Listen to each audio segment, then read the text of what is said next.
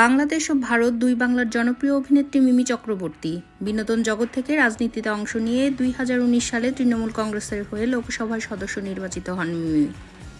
পশ্চিমবঙ্গের জলপাইগুড়িতে জন্ম নেওয়া এই অভিনেত্রীর বয়স 36 ছুঁই ছুঁই, অথচ এখনও বিয়ের পিঁড়িতে বসেননি, আর বিয়ে নিয়ে তার তেমন কোনো আগ্রহ নেই।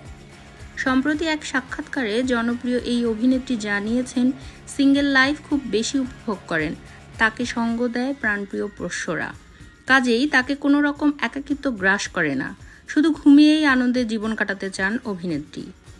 মিমি বলেন, এক মুহূর্তের জন্য মনে হয় না আমার একটা বিয়ে হোক, সংসার করব। আমি নিজেই পরিপূর্ণ, স্বাধীনভাবে মাথা উঁচু করে বাঁচতে চাই। তিনি আরও বলেন, আমার মনে হয় যদি কেউ একবার একা থাকা শিখে যায় তাহলে তার থেকে শক্তিশালী নারী আর কেউ নেই। নিজের মতো করে জীবন এগিয়ে নিয়ে যাওয়া যায়। আমার শোয়ার ঘর আর পোষ্য শারমিউজ ছাড়া পৃথিবী আর কোথাও থাকতে চাই না আমি।